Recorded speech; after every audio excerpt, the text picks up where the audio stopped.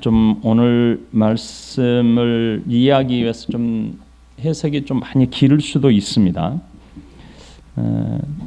만약에 길어지면 좀 끊고 그 다음 주에 할게요. 오늘 이 본문의 말씀에 나오는 나병 환자, 이 나병 환자는 여러분이 잘 아는 것처럼 예전에는 문둥병, 지금은 한센병 이렇게 불리우는 병입니다. 이 성경에 나와 있는 이 나병에 대한 정의, 그리고 나병에 대한 그 나병 환자들이 어떻게 처신해야 되는가, 이런 말씀들을 이해하기 위해서 먼저 레위기 13장을 살펴야 합니다. 레위기 13장을 펴보세요. 2층에 가서 2층에 있는 분들 혹시 있으면 올라오라고 하세요. 충분히 예배당에 자리가 있으니까.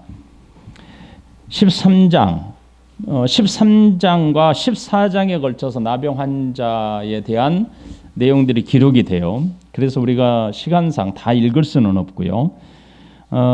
일단 45절부터 46절까지만 읽겠습니다. 레위기 13장 45절부터 46절. 나병 환자는 옷을 찢고 머리를 풀며 윈 입술을 가리고 외치기를 부정하다 부정하다 할 것이요 병이 있는 날 동안은 늘 부정할 것이라. 그가 부정한즉 혼자 살되 진영 밖에서 살지니라. 이렇게 되어 있어요.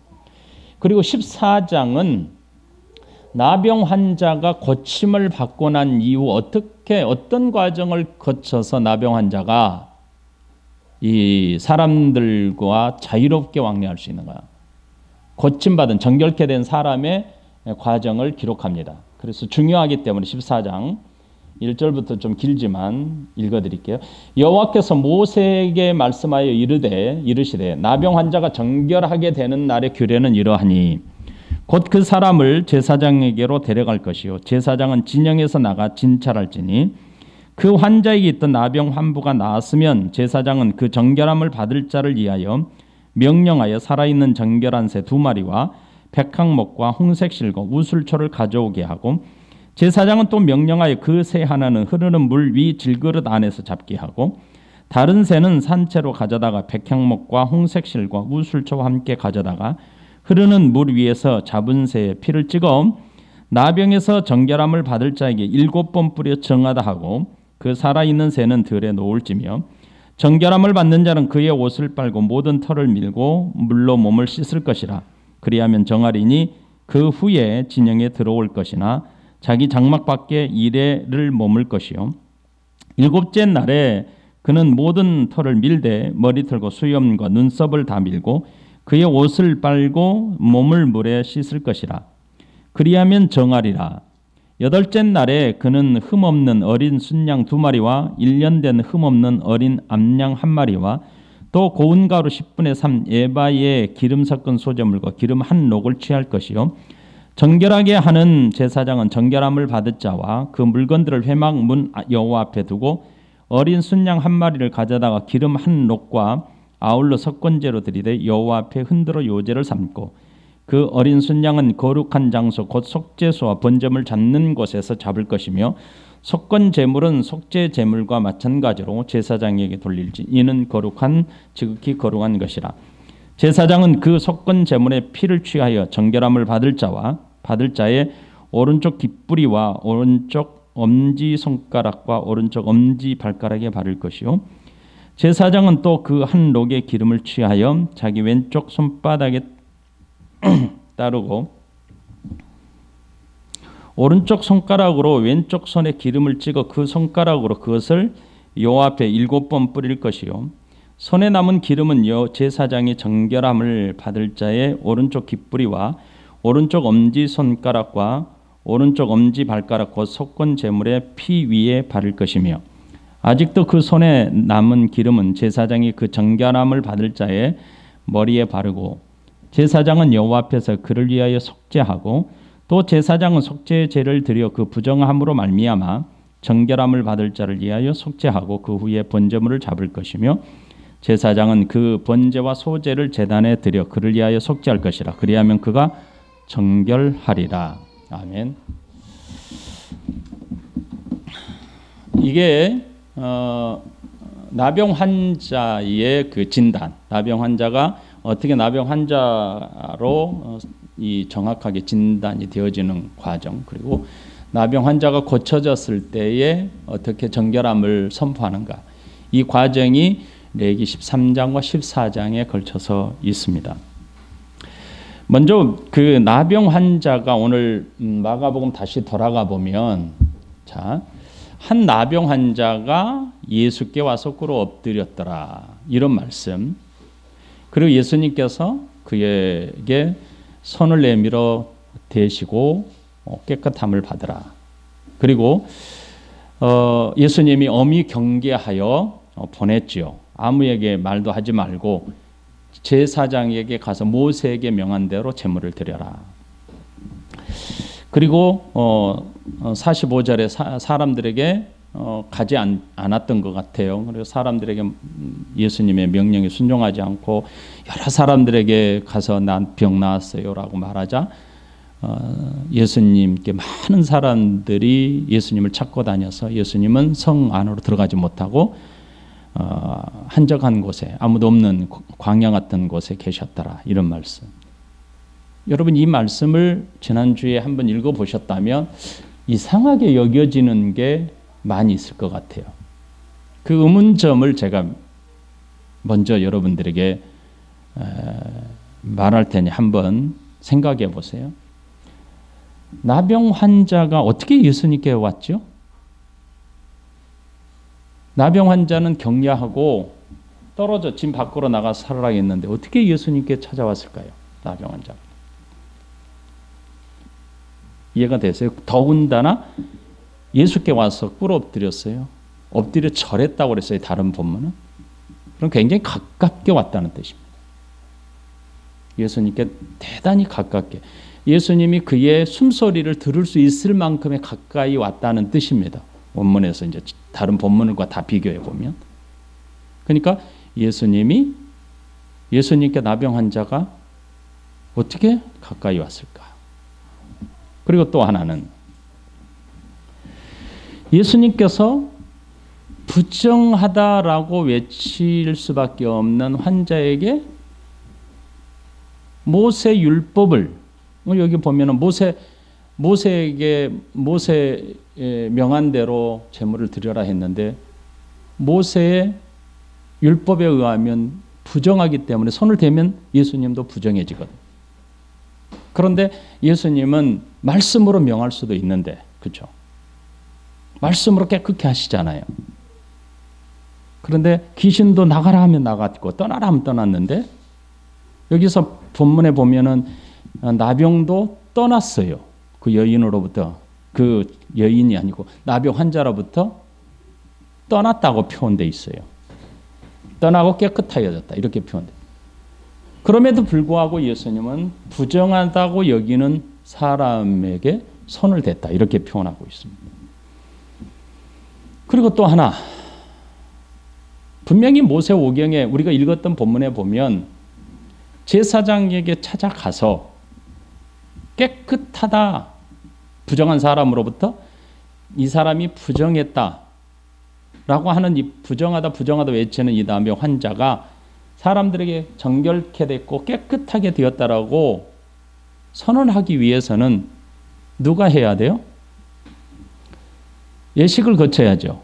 과정을 거쳐요. 제가 설명을 일단 해드릴 텐데 과정을 거쳐야 돼요. 그런데 과정도 거치지 않고 그 자리에서 깨끗해졌다 선언하고 제사장에게 찾아가서 뭐를 하라고 그래요?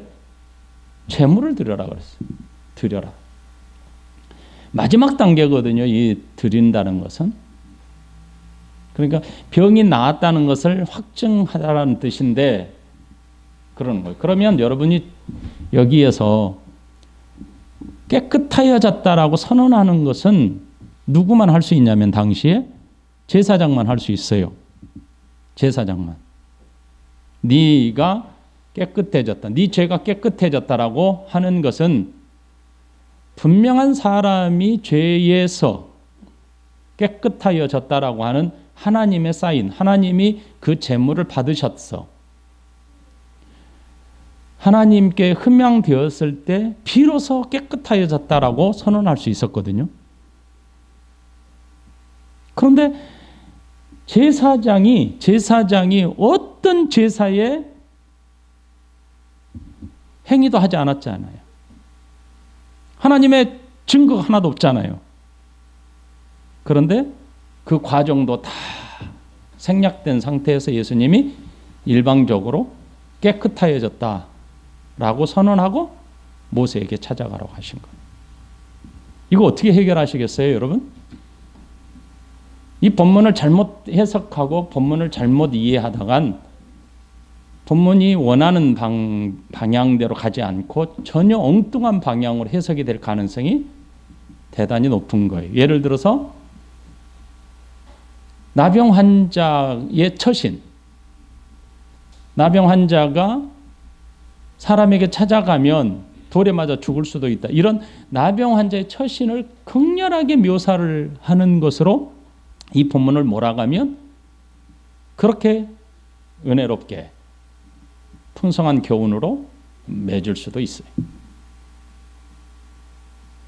예수님의 병 고치는 능력에 초점을 맞추면 거기에 수많은 교훈들을 함께 우리가 은혜를 누릴 수가 있어요. 우리가 일명 은혜를 받는다라고 하는, 그래서 우리의 마음이 감동되어지는 이런 걸 받을 수 있단 말이죠.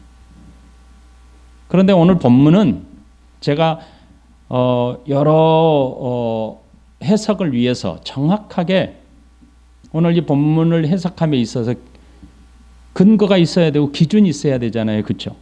오늘 이 본문을 오해하지 않기 위해서는. 그러면 당시의 나병 환자의 모습과 어떤 삶을 살았고, 그리고 성경에서 말하는 나병 환자의 규정, 그리고 처신, 그리고 그게 깨끗게 되는 과정, 이것들이 먼저 설명돼야 되지 않겠어요? 역사적으로. 그렇죠? 그래야 나병 환자에 대한 정확한 규정이 이루어지고 난 이후에 본문이 이해가 되어야 본문이 바르게 해석될 수 있겠죠. 자, 그러면 나병 환자의 이 예수님 당시, 이 당시의 나병 환자에 대한 사람들의 입장은 뭐였을까? 이건 역시 성경에 분명히 되어 있어요. 그 사람들의 입장이 무엇인지. 나병 환자뿐만 아니라 이 당시에 고대 유대인들, 다시 말하면 당시의 유대인들은 질병을 뭐로 생각했냐면, 질병은 원인이 있어야 결과가 있다라고 하는 인과관계, 원인과 결과에 초점이 있어요. 그래서 어떤 병이 걸리면 그 병은 원인이 있다. 그 원인은 어디에서 찾냐? 인간의 죄에서 찾는 거예요. 그래서 사람이 병에 걸리면 너 죄가 무슨 죄를 지었길래, 네 죄가 무슨 지은 죄가 있길래 이 질병에 걸렸느냐라고 해석을 했어요. 그래서 질병을 반드시 저들은 이해하기를 원인이 있기 때문에 결과로 병이 나타났다, 이렇게 해석을 했거든요.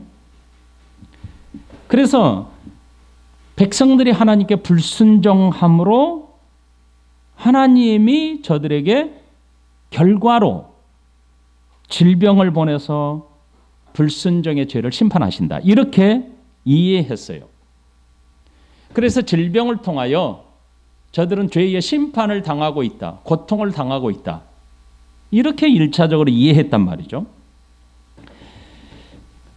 여러분, 성경에 보면은 욥이라는 사람을 아시죠? 욥이 고통 중에 있을 때 욥의 친구들이 찾아와서 처음부터 끝까지 욥에게 다그쳤던 게 뭐였어요? 너 도대체 어떻게 하나님 앞에 살았길래 이렇게 온몸에 피부병에 걸려서 네가 이렇게 고통하고 있느냐, 그걸 회개하라, 다그친 거예요. 그래서 저들은 원인과 결과에 맞춰서 네가 병이 난 것은 네가 하나님 앞에 잘못했기 때문 아니냐, 불순종했기 때문이 아니냐, 이렇게 이해를 했어요. 신약에서도 똑같아요. 날 때부터 눈먼 사람이 예수님께 찾아왔을 때 제자들이 예수님께 물어요. 이 사람이 눈먼 것이 누구 죄 때문입니까? 저 사람의 죄 때문입니까? 아니면 부모 때문입니까? 라고 물어요. 이것은 무엇을 말합니까? 이 질병에 대한 생각, 질병에 대한 사람들의 당시의 입장이 뭐였냐면 질병은 반드시 원인이 있는 것이다 이렇게 생각했단 말이죠. 원인이 있다. 그래서 지금 이 사람이 질병을 갖고 있다 이렇게 생각해요. 그래서 원인과 결과를 철저하게 따져서 질병을 이해했습니다. 나병도 마찬가지예요. 그래서 역사적으로 고대 세계관 속에서 우리가 질병에 대해서 살펴본다면 그것은 질병과 고통은 하나님이 주신 죄에 대한 대가다. 이렇게 해석했어요. 오늘 본문에 나와 있는 나병 환자를 해석할 때 이런 맥락을 가진 사람들의 이해가 먼저 있어야 합니다. 그런데 성경에서 나병을 특별히 취급하고 있어요. 성경에서 나병을. 다른 질병은 제사장에게 찾아가서 검증 과정을 거치는 것이 없어요. 그런데 나병은 제사장에 가서 검증 과정을 거쳐요. 처음부터 제사장에게 가서 네가 나병 환자인지 아닌지 레위기 13장에 나타난 것처럼 환자인지 아닌지를 검증을 받아야 돼요. 그래서 환자라고 제사장이 선언을 해요. 그러면 부정하다 진 밖으로 나가야죠. 왜 그럴까? 왜 성경에서는 이렇게 이야기하셨을까? 그것은 나병 환자가 가지고 있는 특징 때문에 그러는 거예요. 나병 환자가 가지고 있는 특징. 그래서 성경에서 인간의 죄악에 빠져 있고 죄와 사망에 매여 있는 자들의 특징과 나병 환자가 가지고 있는 특징이 상당히 유사하기 때문에 세상 사람들, 죄에 빠진 사람들의 인간의 상태를 뭘로 보여주고 있냐면 나병 환자로 보여주는 거예요. 나병 환자로. 나병 환자는 전염성이 있기도 하고 없기도 해요. 그래서 대부분 오늘날 과학적으로 증명되지 못할 때는 다 전염병처럼 이해했단 말이죠. 나병 환자는 통증을 느끼지 못해요. 감각이 없어요. 그래서 잘려지더라도 아픔을 느끼지 못해요. 그리고 나병 환자는 죽는 병이라고 이해했어요. 반드시 죽는 병이다. 그래서 이런 환자들을 격리시키고 이 격리시킴으로써 자신이 부정하다 외치게 했어요. 다시 말하면 인류가 죄에 빠져 있는 상태, 인류가 죄악에 빠져 있는 상태가 어떠한지를 나병 환자를 통하여 직접적으로 실물 교육을 하신 거예요. 인간의 상태가 어떤지, 죄악에 빠져 있는 상태가 어떤지를 보여주는 거예요. 그래서 성경에서 인간의 죄악에 빠져 있는 인간의 상태와 나병 환자의 상태가 영적으로 상당히 비슷했기 때문에 성경에서 나병 환자는 저주받은 병이다. 이렇게 이해했단 말이죠. 나병 환자가 일단 나병 환자로 밝혀지면 나병 환자는 사람들과 함께 살 수 없어요. 일단 사회적 격리가 시작이 됩니다. 레위기 13장에 보면 처음부터 그는 이 사람이 나병 환자입니다 라고 말하기 전까지는 반드시 격리를 시켜요. 오늘날 코로나19 딱 진단 받을 때부터 격리를 하는 거잖아요. 자가격리, 셀프격리. 이렇게 강제 격리시키는 것처럼 반드시 격리를 시켜요. 그리고 누군가 나병 환자가 확진된 상태에서 누군가 자신에게 가까이 오고자 할 때는 나는 부정하다 외쳐야 돼요. 그리고 나병 환자를 만져서도 안 됩니다. 이 사람은 어떤 사람과 같냐면 성경에 거룩이라는 단어 자체가 잘려냈다라는 뜻인데 사람으로부터, 정상적인 사회로부터 잘려나갔다라는 뜻이에요. 격리한다는 것은. 그래서 거룩이라는 것이 자체가, 거룩이라는 뜻 자체가 부정하다는 말 반대잖아요. 그러면 이 거룩이라는 것 자체가 격리, 이렇게 구별되었다라고 하는 건데, 이 구별이라고 하는 단어는 부정한 것을 잘라냈다는 뜻이에요. 이게 바로 구약 성경에 나타난 할례 의식과 맞물려 있어요. 할례 의식. 할례가 뭐예요? 신체 일부를 잘라내는 거잖아요. 잘라서 버리는 거잖아요. 잘라내는 그 순간 그 잘라진 신체 일부는 아무런 생명이 없는 거죠. 죽는 거죠. 나병 환자가 사회로부터 격리당했다. 사람들로부터 격리당한 것은 죄와 아주 영적인 죄와 비슷하단 말이죠. 격리당하는 순간 그는 사회로부터 죽음으로 취급당했단 말이죠. 그러므로 사람들이 자기에게 오려고 할 때는, 다가오려고 할 때는 나는 부정합니다, 부정합니다 라고 외침으로써 철저하게 자신을 격리시켜야만 했습니다.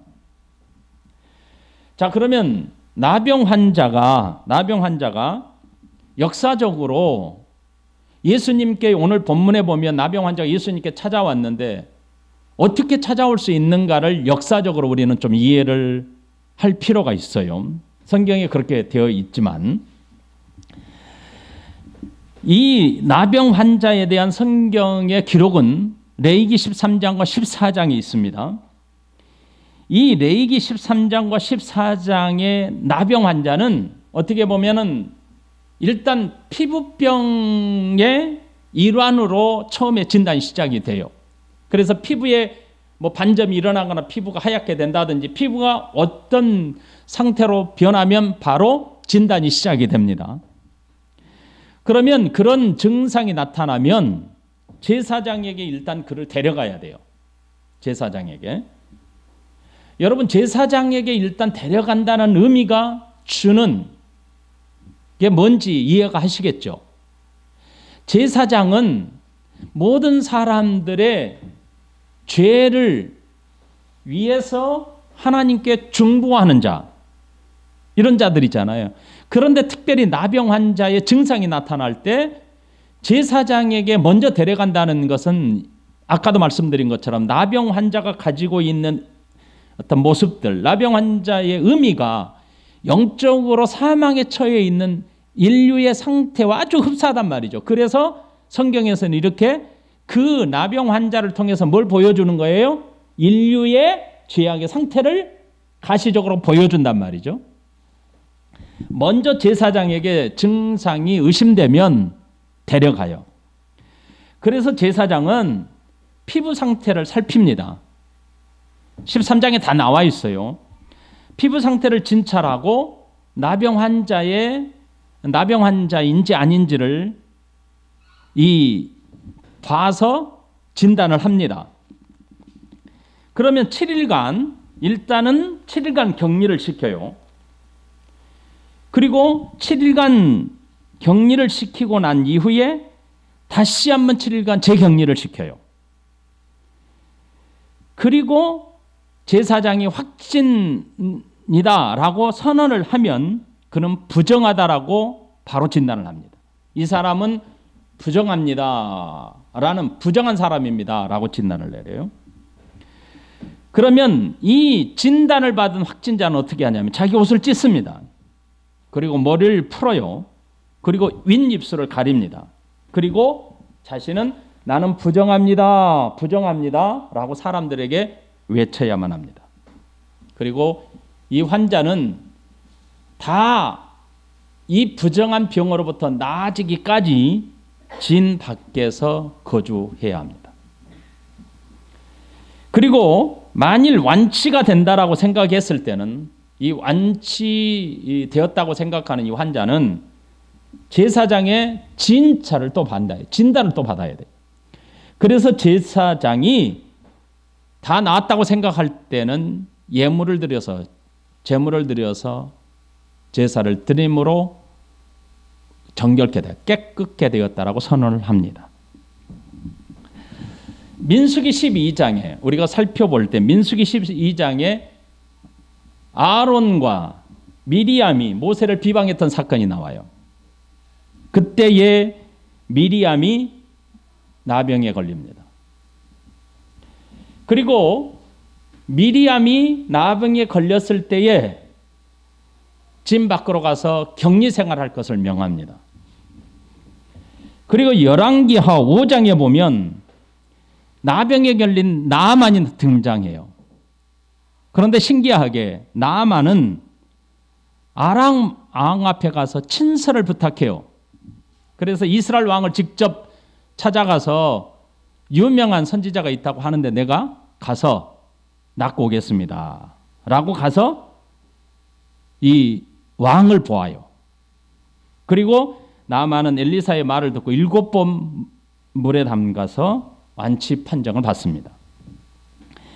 그리고 열왕기 하 7장에 보면 성문 어귀에 성문 밖에서 거주하는 나병 환자 4사람이 등장하는데 전쟁 중에 이 사람들이 굶주렸다가 성으로 들어가서 차라리 굶주려 죽는 것보다는 우리가 성으로 들어가서 먹을 것을 구하는 게 낫겠다 해서 성 안으로 들어가요.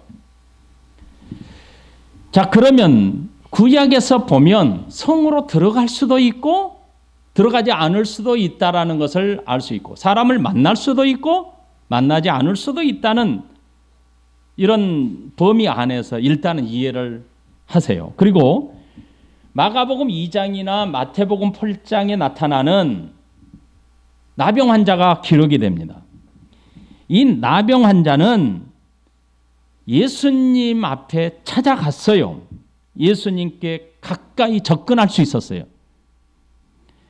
누가복음 5장에서도 다 나병 환자 둘이 예수님께 찾아갔어요. 엎드렸어요. 예수님 앞에. 마태복음 26장에서도 예수님은 베다니 시몬, 다시 말하면 문둥병 환자 베다니 시몬의 집에 예수님이 찾아갔다라고 표현되고 있어요. 자, 그러면 신구약 성경에서 보여주고 있는 말씀이 뭐냐면 기억하셔야 돼요. 오해하기 없기 잘 생각하셔야 돼요. 레위기 13장과 14장에서 하나님께서 병을 진단하고 격리를 시킬 때에 어떻게 격리를 시켰냐면 진단을 내리기 전에 격리를 시켜요.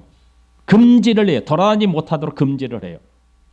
그러나 나병 환자라고 확진이 되는 그 순간 격리로부터 벗어나요. 그리고 어디로 가냐면 사람들로부터 떨어져 살도록 명해요. 사람들로 떨어져. 그리고 나는 부정하다라고 자기의 부정함을 표시하도록 해요. 그래서 의도적으로 사람들이 자기에게 가까이 오지 못하도록 한단 말이죠. 그러나 사람들에게 가까이 가는 것이 원천적으로 금했느냐? 그건 아니에요. 그래서 구약에 사람들이 성 안에 들어갈 수도 있고 성 밖에 살 수도 있고 왕 앞에 갈 수도 있고 그렇다라고 하는 것을 볼 수 있어요. 신약에도 마찬가지죠. 그래서 예수님 발 앞에 엎드릴 수도 있었던 거예요. 아무도 말리지 않았어요. 이것은 바로 어느 정도 이 나병 환자가 성 안에 들어가서 구걸할 수도 있었다는 것을 볼 수 있어요. 그런데 우리가 성경 밖에 있는 역사학자들이 나병 환자에 대해서 추적을 할 때 나병 환자들에 대해서 예루살렘 밖에서 주로 거주했다라고 보아요. 예루살렘 밖에서. 그리고 유월절 행사는 반드시 참여할 수 없다라고 금지시켰다라고 보아요. 하지만 부정한 것을 오염시킬 수 있었기 때문에 전염시킬 수 있기 때문에 사람들로부터 격리한 것이 옳습니다. 사람들에게 다가갈 때 사람들은 네 자리로 돌아가라 라고 말할 수도 있고 일정한 거리로 그 사람을 내어 쫓기 위해서 돌을 들어서 던져서 사람에게 일부러 던져서 맞추려고 하는 게 아니고 돌을 던져서 사람이 다가오는 것을 나병 환자가 다가오는 것을 금했고 경고했다라고 하는 기록들도 있습니다. 하지만 예수님 앞에 찾아왔던 나병 환자들을 보면 분명히 예수님 앞에 가까이 찾아와서 엎드려 말할 수도 있었고 나를 고쳐주십시오라고, 나를 깨끗게 해주십시오라고 말할 수도 있었다는 것을 봅니다. 중세 유럽에서 나병 환자의 이 모습들이 기록에 남아 있는데, 이 중세 유럽에서는 나병 환자가 있을 때 어떻게 했냐면 구걸을 하고 다닐 때에 나는 나병 환자입니다 라고 하는 표시를 위해서 소음기를 달았다는 거예요. 나병 환자가 다닐 때에 나는 나병 환자입니다 라고 알릴 수 있는 일종의 소리 장치를 달고 다녔다고 합니다.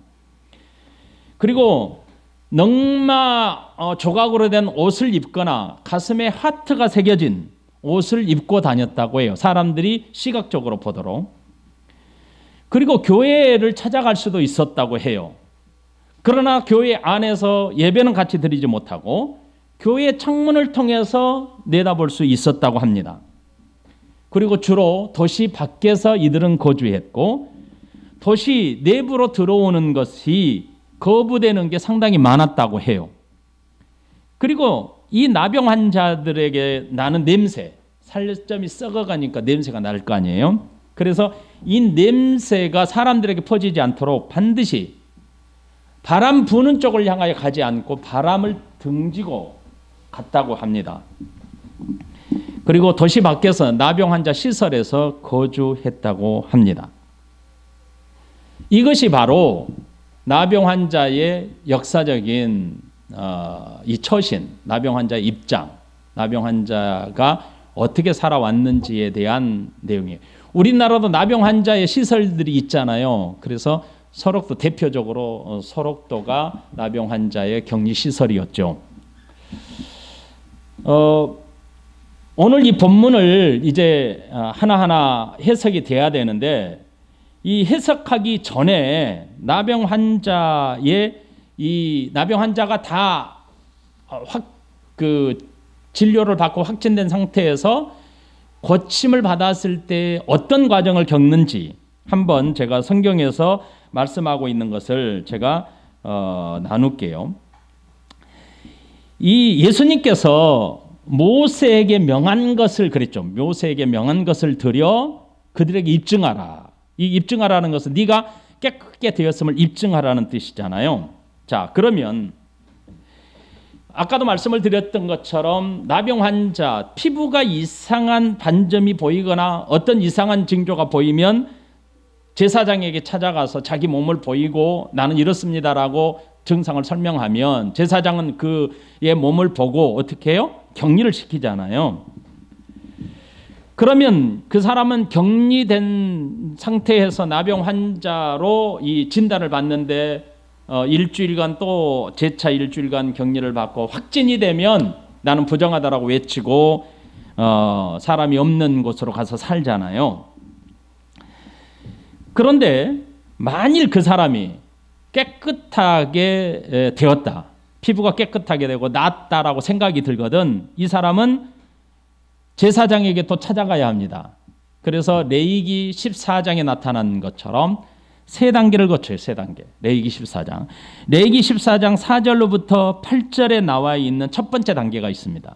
이 첫 번째 단계에서는 제사장이 부정을 제거하는 도구들을 준비를 해요. 그것이 바로 이 새 2마리, 그리고 백향목, 그리고 홍색실, 그리고 우슬초, 이 세 가지를 준비합니다.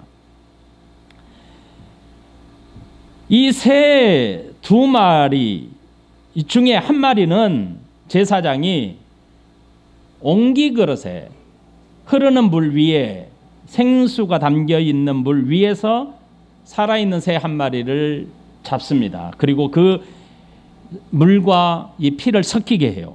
그리고 그것을 우슬초에 찍어서 7번 뿌려요. 어디에다가? 정결의식에 필요한 도구들에게 7번 뿌려요. 그리고 정결하게 받게 깨끗하게 선언받고자 하는 사람에게 그 피를 다시 7번 뿌립니다. 그리고 정결하게 되었다라고 선언한 뒤에 새 한 마리, 남아있는 새 2마리 중에 참새 2마리, 새 2마리 중에 한 마리를 날려보내요. 한 마리는 잡고 한 마리는 날려보내요. 그래서 2마리 중에 한 마리를 날려보낸 것은 자유롭게 되었다. 네가 이 병으로부터 해방되었다라는 것을 보여주는 거예요. 날려보내는 거예요. 그리고 이 정결하게 되었다라고 선언을 들은 이 환자는 더 이상 환자가 아니었기 때문에 부정을 제거하는 씻는 의식을 거행합니다. 입던 옷을 빨아요. 그리고 자신의 몸에 난 털 모두를 제거합니다. 그리고 물로 몸을 씻습니다. 그리고 자기 집으로 돌아가지만 집 안으로는 들어가지 못해요. 집 밖에 거처에서 7일 동안 지내게 됩니다. 그리고 레위기 14장 9절에 다시 2번째 단계가 있습니다. 7일째 되는 날 다시 몸에 나는 모든 털을 밀어요. 그리고 머리카락, 수염, 눈썹 모든 털을 깨끗이 밀고 자신이 입던 옷도 다 세탁을 합니다. 그리고 목욕도 해야 돼요. 이것은 부정한 그 자신의 몸을 깨끗이 제거하고 이 나병에 부정한 것을 다 뿌리째 뽑는, 완전히 뿌리를 뽑는다라는 의미를 보는 겁니다. 그리고 마지막 3번째 단계가 있습니다. 레위기 14장 10절부터 20절입니다. 8일째 되는 날 마지막 정결 회식을 합니다. 먼저 속죄 예식이 거행이 돼요. 제사장은 어린 순양 한 마리를 기름 한 록, 오늘날 말하면 한 300에서 400g 정도 되는 양과 함께, 이 기름과 함께 흔들어 요제를 하나님께 드려요. 그리고 제물의 피를 정결하게 되는 사람의 이 오른쪽 귓볼, 그리고 오른쪽 엄지, 오른쪽 발 엄지에 발라요. 그리고 그 기름은 제사장의 손 왼쪽에 부어요. 그 기름을 붓고 그 기름을 찍어서 여호와 앞에 7번 뿌립니다. 그리고 남은 기름은 그 사람의 똑같이 피를 뿌린 장소에 그대로 오른쪽 귓볼, 오른쪽 손 엄지, 그리고 오른발 엄지에다가 그 부위에 발라요.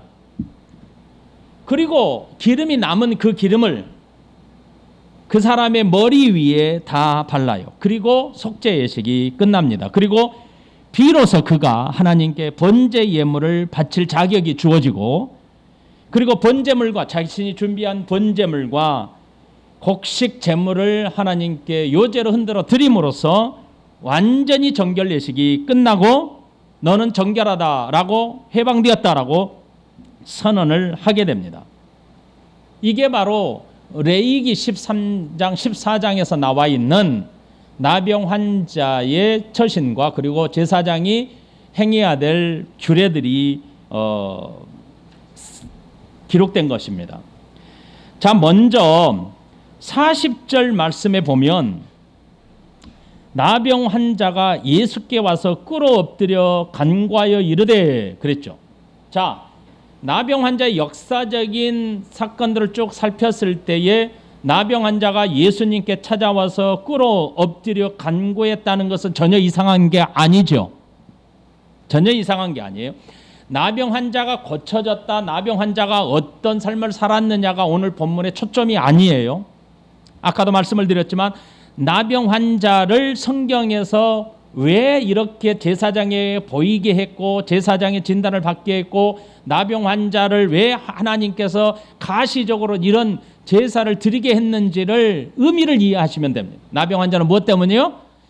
인간 세상, 사람이 죄에 빠진 사람의 상태가 어떠한지를 특별히 나병이라고 하는 병의 증상과 함께 이 병에 걸린 사람의 증상이 비슷하기 때문에 이걸 보여주는 가시적인 교육의 모습으로 삼았던 것입니다. 엎드려 간구하여 이르되 이건 전혀 이상한 것이 아닙니다. 그런데 뭐라고 하냐면 원하시면 저를 깨끗게 하실 수 있나이다. 원하시면 깨끗게 할 수 있다라고 말해요. 원하시면. 자, 여러분, 여기서 원하신다라고 할 때 제가 마지막 부분에 제가 좀 강조하려고 했는데요. 이 원한다라고 할 때 당신이 원하시면이라고 할 때 할 수 있으면 이런 게 아니에요. 이건 당신이 할 수 있거든이 아니에요. 이 말은 원하시면 그 말 속에 뭐가 있냐면 당신은 할 수 있는 분입니다라는 전제가 있어요. 당신은 이 나를 깨끗게 하실 수 있어요 라고 하는 것이 일단은 거기에 일단은 할 수 있습니다 라는 전제가 깔려 있단 말이죠. 그러니까 원하시면이라고 하는 이 말씀 속에서 우리는 뭘 생각해야 되냐면 잠깐만요. 제가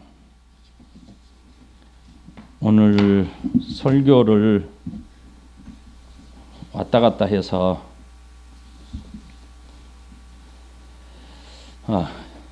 여기 예수님이 할 수 있느냐 없느냐 이걸 물은 게 아니에요. 이것은 예수님은 어떤 분인가? 예수님은 나를 깨끗게 하실 수 있는 분입니다 라고 먼저 전제했어요. 그런데 오늘 이 본문에 보면 초점이 어디에 있냐면 나병 환자를 고치는 사건에 있지 않아요. 본문을 제가 한번 밑줄 그을 수 있으면 그거 보세요. 40절에 보면 깨끗게 하다 그래요.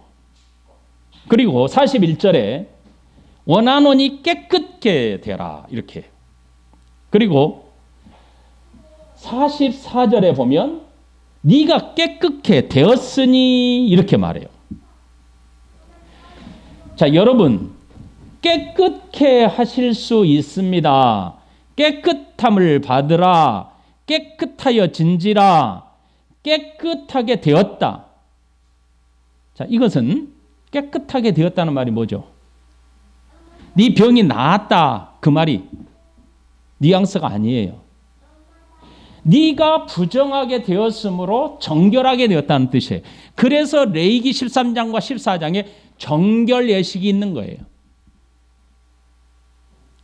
깨끗하게 된 게 뭐죠? 아까 말씀드린 것처럼 뭐예요? 인간의 영적인 상태. 죄악에 빠져 사망에 매여 있는 상태가 어떠한지 하나님께 나아갈 수 없죠. 부정한 자는 하나님께 갈 수 없어요. 격리되어서 떨어져서 죽음과 같아요. 그런데 이 부정한 것이 깨끗하게 되었다는 것은 뭐예요? 이것이 해결되었다는 뜻이잖아요. 이런 용어를 사용한 거예요. 그래서 원하시면이라고 할 때 이 원하시면 예수님께서 할 수 있느냐 없느냐가 아니고 예수님은 하실 수 있는 분입니다 라는 게 이미 전제되어 있어요. 그리고 난 뒤에 원하시면이라고 말하는 그 말 속에 뭐가 있냐면 예수님께 나를 다 맡깁니다. 나는 전적으로 예수님께 맡깁니다라는 거예요. 이 말은 무슨 말이에요? 여러분 지난주에 말씀을 드렸고 그 전주에도 말씀을 드렸어요. 예수님께 우리의 어떤 병을 고침을 받는다든지 우리의 어떤 문제를 해결받는 것은 내게 있는 게 아니에요. 내가 원안에서 되는 게 아니란 말이죠. 내 원함으로 인하여 예수님의 구속의 사역의 방향이 달라지고 예수님이 계획하셨던 게 달라지는 게 아니란 말이죠. 이건 뭐예요? 절대적으로 하나님의 주권 속에 있는 거예요. 그러므로 원하시면이라는 속에는 하나님의 절대 주권을 인정한다는 거예요. 이 일은 당신에게 있습니다. 이 일은 당신의 손에 달려 있습니다. 전적으로 당신에게 있습니다 라고 하는 것을 표현한 거예요. 원하시면이라고 할 때. 그러면 저를 깨끗게 하실 수 있습니다 라고 할 때 아까 말씀을 드렸어요. 깨끗게 한다는 말이 무슨 말인지. 그러면 41절에 보세요. 예수님께서 41절에 보면 예수님께서 불쌍히 여기사 손을 내밀어 그에게 대시며 그랬어요. 여러분, 불쌍히 여기셨다는 말이 무슨 말이냐면 마음이 그에게 향하여 움직여졌다는 뜻이에요. 다시 말하면 이게 무슨 뜻이냐면 그의 마음에 동질화되었다.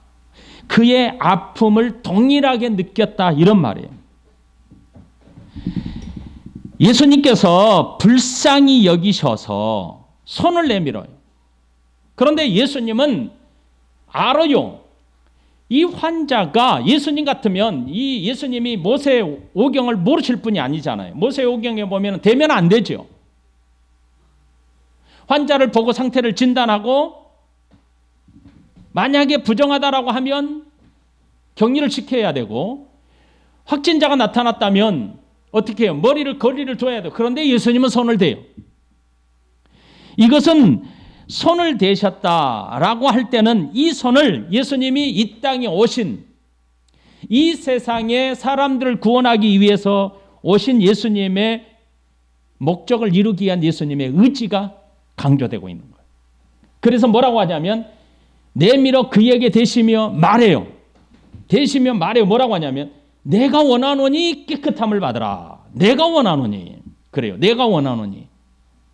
자, 이것은 내가 원하노니라고 하는 말 속에 뭐가 포함되어 있냐면 이 나병 환자는 원하시면 깨끗하게 해주세요라고 했어요. 그런데 예수님은 내가 원하노니 깨끗함을 받아라 이렇게 말씀하셔요. 이것은 우리가 무엇을 생각하시면 되냐면 나만 장군이 이스라엘 왕에게 가서 아람 왕의 편지를 전달하고 내가 나병 환자로서 고침을 받으러 왔습니다라고 말할 때 이스라엘 왕이 고백한 게 있어요. 내가 하나님이냐?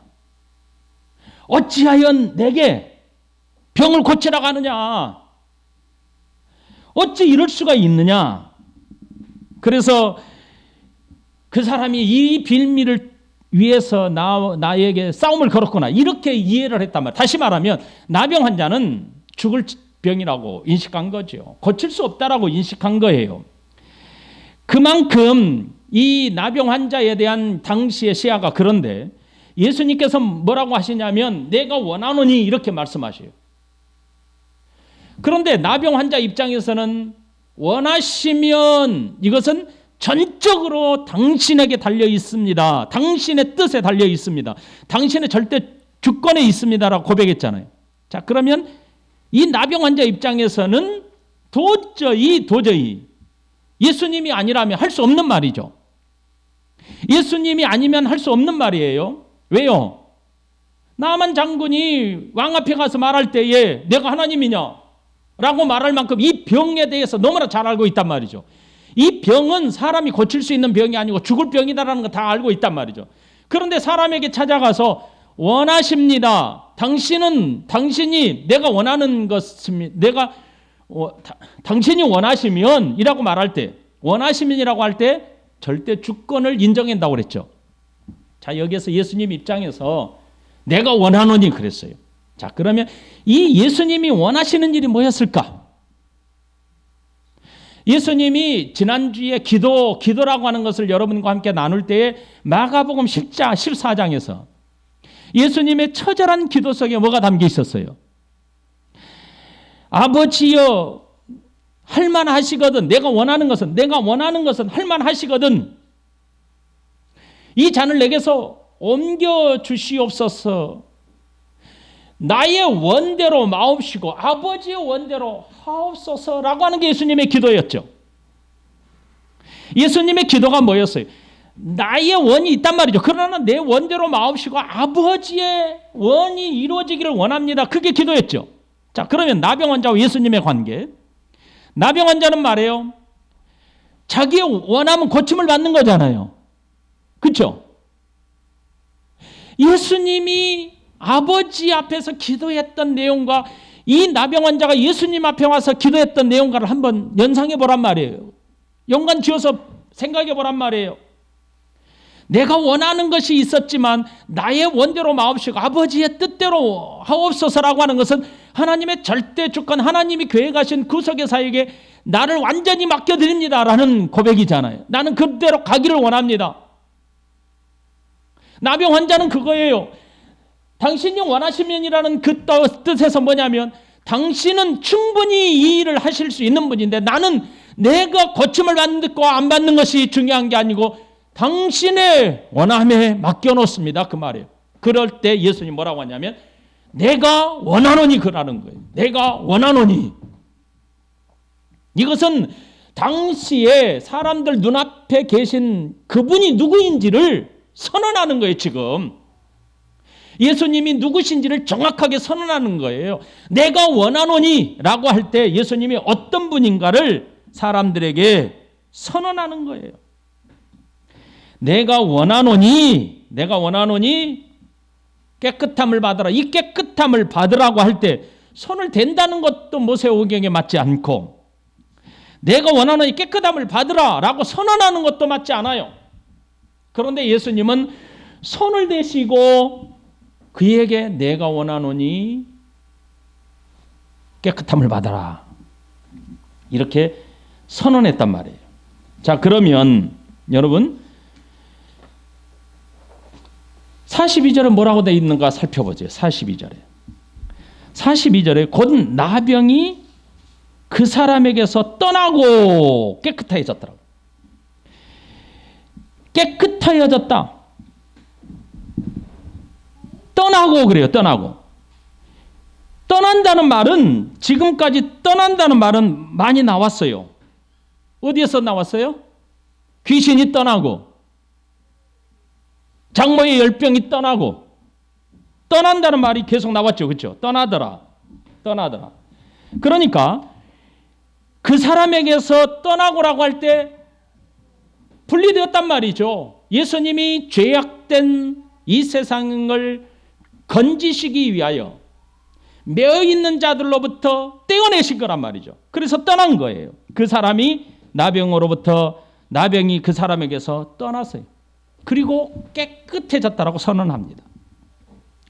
그리고 43절에 곧 보내시며 엄히 경고하사 그래요. 이 보내시며 엄히 경고했다는 것은 강한 단어예요. 엄하게 경고했다는 거예요. 단단히 일렀다는 거예요. 절대로 말하지 말라라. 그리고 지금 바로 가라. 누구에게 가냐면 제사장에게 바로 가거라 그래요. 그런데 이 사람은 그러지 않았어요. 아무에게도 말하지 말라고 하는 예수님의 명령에 순종하지 않았어요. 어떻게 했냐면 44절에 가서 네 몸을 제사장에게 보이고 네가 깨끗하게 되었으니 모세가 명한 것을 드려 그들에게 입증하라. 이것은 모세오경에 아까 말씀드린 것처럼 레위기 14장에 있는 그 예식을 거쳐라 그 말이에요. 그런데 예수님이 그렇게도 명령하시고 엄하게 경고하시고 단단히 가르치고 말하지 말라고 했는데 이 사람은 어떻게 했어요? 45절에 그러나 그 사람이 나가서 이 일을 많이 전파해 널리 퍼지게 하니 그러므로 예수께서 다시는 동네에 들어가지 못하시고 오직 바깥 한적한 곳에 계셨으나 사방에서 사람들이 그에게로 나오더라 이렇게 말해요. 이 사람은 예수님께서 그렇게도 명령하신 것을 듣지 않았어요. 예수님께서 이 땅에 오신 것이 어떤 목적인지를 분명하게 선언하신 거죠. 예수님의 오신 목적이 무엇인지. 그러나 사람들의 관심은 무엇인지 이 사람을 통해서 다 알게 돼요. 그래서 예수님은 들어가지도 못해요. 사람들이 어떤 관심이 있는지 성경에는 지속적으로 기록해 줘요. 마가복음 16장까지 사람들의 관심과 예수님의 관심이 완전히 다르다는 것을 계속해서 설명합니다. 여기에서 이제 정리를 하겠습니다. 나병은 깨끗하게 될 병이 아닙니다. 죽을 병입니다. 그럼에도 불구하고 나병 환자 자신이 이미 죄의 결과로 받아들이고 있었습니다. 사람들이 나병을 보면서 죄의 결과로 받아들이고 있었습니다. 죽을 병에서 깨끗하게 될 병이 아님을 저들은 알고 있었습니다. 그런데 예수 그리스도께서 이 나병 환자를 고치셨다라고 표현하지 않았고 깨끗하게 되어라 이렇게 말합니다. 깨끗하게 되어라. 40절, 41절, 42절, 44절 부정하다 부정하다 부정하다 외치는 나병 환자가 깨끗해졌다라고 선언합니다. 그리고 그의 나병은 떠났습니다. 귀신이 떠나고 장모의 질병이 떠나고 나병 환자의 나병이 떠났어요. 이 땅에 오셔서 사명에 매여 있는 사람들을 건져내시는 예수님의 목적이 어디 있음을 선언하고 상징적으로 표적으로 보여준 사건입니다. 이것은 구속사를 이루시는 구속사의 과정에서 이해하셔야 할 표적입니다. 그리고 제사장에게 가서 보이라 하십니다. 예수님은 율법을 잘 알고 있었기 때문에 율법을 통해서 입증하라 하셨습니다. 왜요? 아직 예수님이 십자가의 사건이 이루어지기 전이잖아요. 깨끗하여졌다는 것은 제사장이 정결 예식을 다 거쳐야만 하나님이 받으셔야만 깨끗해졌다. 너는 깨끗해졌다라고 선언할 수 있습니다. 그러나 예수님은 그 어떤 예식도 실현하지 않았습니다. 나병 환자가 고쳐졌다라고 하는 그 정결 예식도 예수님은 행하지 않았습니다. 다만 그에게 손을 대시고 그거 하나 손을 대시고 내가 원하는 이 깨끗함을 받으라 라고 끝났어요. 내가 원하는 이 깨끗함을 받으라. 그래서 그 자리에서 깨끗해졌습니다. 이것이 바로 예수님이 이 땅에 오신 목적이에요. 제사장에게 가서 정결례식을 거치고 격리했다가 다시 옷을 빨고 머리털을 밀고 눈썹을 밀고 이런 예식 자체가 없었어요. 그리고 너는 가서 모세오경에 말씀하신 것처럼 제사장에 드려서 제물을 드려서 명한 것을 드려 그래요. 새 2마리를 가지고 가서